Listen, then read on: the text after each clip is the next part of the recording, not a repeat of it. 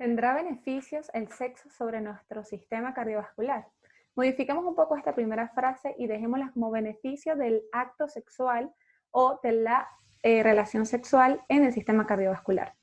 Bueno, hola, bienvenidos. Primero quiero agradecer y felicitar a los chicos de Acuen Valera por la iniciativa, ¿no?, de crear este espacio educativo que además incluye diversos temas de interés médico, aprovechando las herramientas que tenemos hoy día de seguir aprendiendo. Agradecerles también por la invitación y dejarme ser parte de este proyecto. Yo soy Yeka Méndez, soy médico cirujano egresada de la Universidad de los Andes, Mérida, Venezuela, y actualmente me encuentro cursando la maestría de Sexología Clínica y Terapia de Pareja en el Instituto Superior de Estudios Psicológicos en Madrid, España. La verdad es que sería mucho más sencillo explicar de manera organizada o esquematizada sobre los efectos del sexo o de la actividad sexual y qué beneficios tienen estos de manera directa a nivel cardiovascular. Pero la verdad es que no lo haremos de esta manera. Primero, bueno, para aprovechar el espacio y recalcar la importancia de la sexualidad en sí, y además que, bueno, estudios que describan y certifiquen lo que deseamos abarcar el día de hoy de una manera directa son bastante escasos. Así que, bueno, tenemos una agenda que, como ven, parece muy diversa, es una agenda corta, y al final veremos cómo todo tiene relación. Entonces, será importante tocar este tipo de temas. ¿Por qué? Bueno, parece que hablar de sexo hoy día sigue siendo un tabú, ¿no? Y parece contradictorio, pues cada día tenemos como un bombardeo más y más de información que parece estar relacionada al sexo. Pero lo cierto es que nos cuesta realmente integrar esta área de nuestra vida como lo que es un área más y que además es un área muy importante.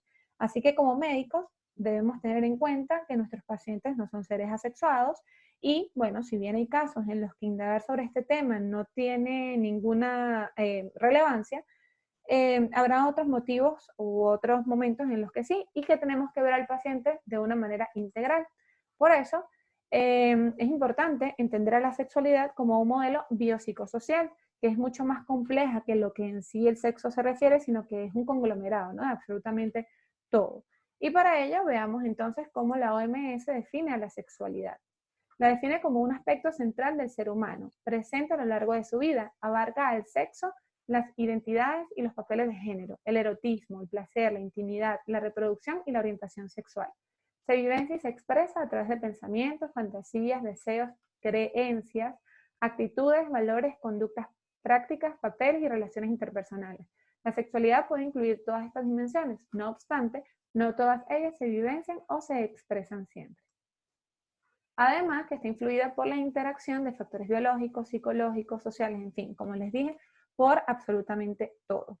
Así que, bueno, mi primer objetivo del día de hoy es ampliar, aunque de una forma muy concisa, de una forma muy corta, la idea de lo que la sexualidad significa, ¿no?, de lo que esto es y de la importancia que juega en nuestras vidas.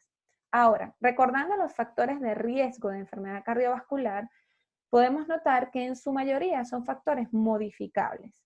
Y bueno, esto es importante, ya que iremos sacando conclusiones a lo largo de la ponencia sobre los beneficios entonces que la actividad sexual pudiese brindarnos sobre el sistema cardiovascular. También, bueno, veamos a grosso modo qué pasa durante las relaciones sexuales. Los cambios más notorios o los que nosotros pues, evidenciamos es aquellos cambios que suceden en los órganos genitales. Pero esto es una respuesta que se da de manera generalizada en todo nuestro organismo. Comprende tanto pues, cambios físicos, mentales. Y de esta manera, bueno, si observamos las fases de la respuesta sexual humana, para la cual utilizamos el modelo lineal propuesto por Master y Johnson, que fue el primero descrito. Bueno, ya es verdad que en la actualidad hay modificaciones y hay otros modelos, pero bueno, esto no viene al caso. Este nos sirve o lo utilizaremos para describir un poco qué sucede en cada fase. En cuanto a la excitación, podemos ver entonces, bueno, la excitación que puede durar desde minutos hasta horas. Esta va a cursar o vamos a comenzar a notar un aumento de la tensión muscular, un aumento de la frecuencia cardíaca, además de los cambios característicos de los genitales que están descritos también en la tabla, ¿no? En cuanto a la meseta, pues iría hasta el momento del orgasmo. Todos estos efectos se van intensificando. Ya, bueno, cuando llega el orgasmo y suceden estos espasmos, estas contracciones musculares involuntarias, donde hay una frecuencia respiratoria aumentada, la presión arterial llega a aumentar hasta unos 150, 180 milímetros de mercurio de presión sistólica. Y la frecuencia cardíaca, pues también irá en aumento hasta unos 130 latidos por minuto. En cuanto a la resolución, ya el estado de relajación, donde se comienzan a normalizar todos estos valores anteriormente dichos, ¿no? También, bueno, durante la actividad sexual ocurre liberación de otras sustancias, liberación de serotonina, liberación de diversas hormonas, como es la oxitocina, como es la adrenalina, ¿no? Y la oxitocina, pues sabemos que es un neuropéptido que va o participa en numerosas funciones, como la ingesta, como la memoria, como el comportamiento maternal, que es normalmente a la cual la asociamos, pero también ejerce un control cardiovascular modulando las respuestas taquicárdicas y tiene propiedades mitogénicas en las células endoteliales. En cuanto a liberación de adrenalina, pues crea un aumento de la fuerza contráctil y de la frecuencia en que se contrae el miocardio, aumentando así el gasto cardíaco, el trabajo cardíaco. Produce una demanda mayor de oxígeno, pues para contraerse, y de esta manera indirectamente incrementa el flujo sanguíneo hacia el corazón, llevando consigo un mayor aporte de oxígeno. Podemos ver entonces que el acto sexual o la actividad sexual ejerce ciertos efectos que involucran el sistema cardiovascular, pero esto nos permite decir entonces que realmente nos aporta beneficios. Vamos a hacer una relación de la actividad sexual con la actividad física. Se sabe que la práctica regular de ejercicio físico a una intensidad ligera o moderada induce una serie de adaptaciones que, bueno, van a producir beneficios para la salud, ¿no? En general, para nuestra vida. Diferentes estudios, pues, han demostrado una relación inversa entre la actividad física habitual y el riesgo de enfermedades coronarias y eventos cardíacos. Ya habíamos mencionado anteriormente que durante la fase o las fases hay un aumento de presión arterial y de frecuencia cardíaca, pero también durante el acto sexual ocurre un gasto energético, que además se estima que va de 3 a 4 METs. Los METs, veremos, es una escala utilizada a nivel mundial para comparar el consumo energético de diferentes actividades. Bueno, se estima también de 2 a 3 METs en preorgasmo, y de 3 a 4 METs en estadios ya durante el orgasmo. Incluso hay estudios que mencionan o estiman un gasto energético de hasta 6 METs en actividad sexual. Evidentemente esto va a variar o esto va a depender de otras cosas, ¿no? O sea, por ejemplo, el esfuerzo, el empeño, el tiempo en que dure el acto sexual. Pero en promedio es 3 a 4 meses. Para entender un poco mejor esto, veamos entonces en referencia a actividades que hacemos diariamente, por ejemplo, una caminata de 2.7 kilómetros por hora, una caminata a un paso lento y en un territorio, en un terreno plano, se estima un gasto energético de 2.3 METs. Una caminata ya de 4.8 kilómetros hora de 3.3 METs. Otras actividades como la gimnasia suave o ejercicios en casa, actividades también como la jardinería, 3.5 METs. Entonces, tomando en cuenta el gasto energético que se da en una actividad sexual, pues pudiéramos ubicar a la actividad sexual como una actividad de intensidad moderada, ¿no? Por otra parte, la OMS expone que la inactividad física es el cuarto factor de riesgo en lo que respecta a la mortalidad mundial y recomienda la realización de una actividad física de moderada intensidad que reduciría, o bueno, reduce el riesgo de hipertensión, de cardiopatía coronaria, accidentes o eventos cerebrovasculares, además de otros como la diabetes o depresión, que como si recordamos, son factores de riesgo que mencionábamos al inicio, y además de ser un determinante clave para el gasto energético. Bueno, importante también es diferenciar la actividad física del ejercicio en sí, ya que el ejercicio pues, es una variedad de actividad física que se va a dar de forma, digamos, estructurada o repetitiva. La actividad física abarca muchísimas otras acciones, del día a día, todo lo que involucra un movimiento corporal. Entonces, ¿estaría acá la actividad sexual? Pues, por supuesto. Y bueno, a su vez, la recomendación por el Director General de la Salud Pública de Estados Unidos, Centro para el Control de Enfermedades y el American College of Sport Medicine recomienda realizar una actividad de al menos 30 minutos, si es posible o preferiblemente diaria, de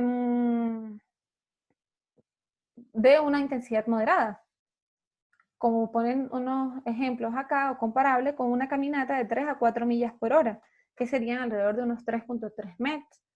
Si recordamos nuevamente el gasto energético que se da en la relación sexual, pues ronda alrededor de eso, ¿no? De 3 a 4 metros, así que sería una actividad que pudiéramos fácilmente incluir como parte de estas recomendaciones. Quiero también, bueno, aclarar que no es un sustituto del ejercicio en sí, que es una actividad física que efectivamente aporta beneficios a nivel cardiovascular, así como, pues, de manera general, y que las recomendaciones para un estado óptimo de salud no es un único aspecto, ¿no? Que abarca desde la alimentación, el ocio, la salud mental y obviamente dentro de estas, pues, la educación sexual o la sexualidad. Por lo que es primordial integrarla de manera natural. El interesarnos por este aspecto de la vida de nuestros pacientes, obviamente de una manera respetuosa, siempre, siempre respetando el pudor de nuestro paciente, pero ir más allá, ¿no? De esa única pregunta de número de parejas sexuales, sobre todo en aquellos pacientes donde pues observamos que haya más afectaciones, no solo a causas orgánicas, sino también causas psicógenas. Y de esta manera poder referirlos a un especialista si nosotros no contamos con las herramientas para abordar de una manera profunda sobre problemáticas sexuales. Pero sí que es nuestra responsabilidad educarnos para poder educar y guiar a nuestros pacientes. Entiendo también, bueno, que muchas veces los prejuicios también parten de nosotros mismos. Algunas por vergüenza, otras porque no queremos, o sí, bueno, pues no queremos incomodar al paciente, por no saber cómo abordarlo y lo pasamos por alto. También muchas otras veces porque ni siquiera lo recordamos, o sea, es como que no le damos importancia, como si nuestro paciente no tuviese una vida sexual y lo dejamos totalmente a un lado.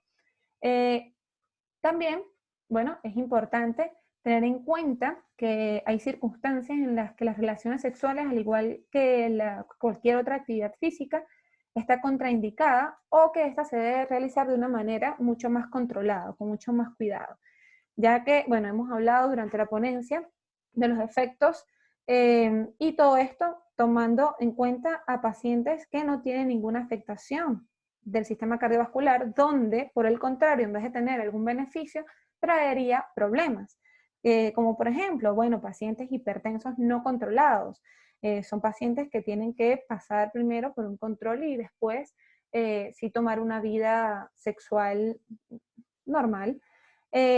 Pacientes que, bueno, recién hayan pasado por un infarto agudo de miocardio, pacientes que evidentemente pues, han tenido una operación reciente, postquirúrgicos recientes, son pacientes que acá esto no se da de la misma manera, ¿no? Hay que tener en cuenta esto. Además que estos mismos pacientes son quienes más miedos pueden tener, y miedos y dudas, ¿no? Con respecto a volver a tener actividad sexual. Y somos nosotros quienes debemos orientarlos. Y efectivamente, con su consulta con el cardiólogo, que esté controlado para que sea satisfactorio.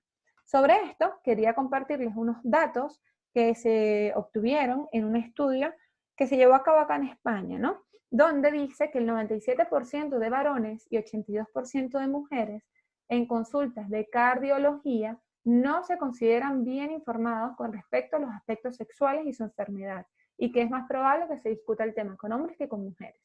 Un estudio de enfermería registró que el 60% en raras ocasiones o nunca pregunta por la sexualidad al realizar la historia clínica. El consejo sexual apenas alcanza el 20% de hombres y 2% de mujeres con insuficiencia cardíaca. Esto en consulta obviamente. Además de esto, pues que los pacientes raramente preguntan. Un 16 0.5% son el único porcentaje de pacientes que preguntan, muchos por pudor y prejuicios, y otros por considerar que, bueno, dichos problemas son consustanciales a la edad, un 75.6%, que creen que esto no tiene solución, un 60.8%, concluyendo que la cardiología vive de espaldas al sexo. Bueno, la cardiología porque es el estudio específico, ¿no? Pero realmente la cardiología y la medicina en sí. Así que bueno, es muy importante que tomemos en cuenta este aspecto.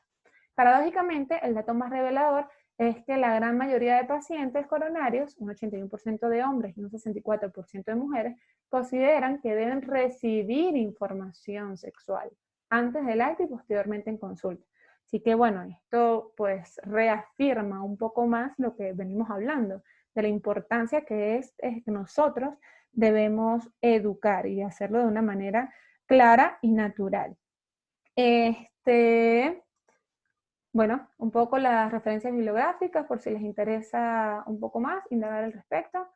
Les dejo mi contacto por si tienen pues, alguna duda, algún comentario. Igual con el grupo de WhatsApp las preguntas que hayan surgido, pues bienvenidas, trataremos de contestarlas de la mejor manera posible.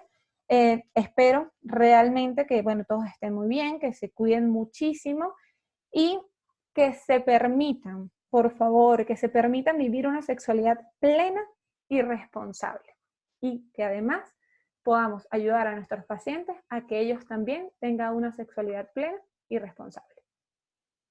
Un abrazo, adiós. No.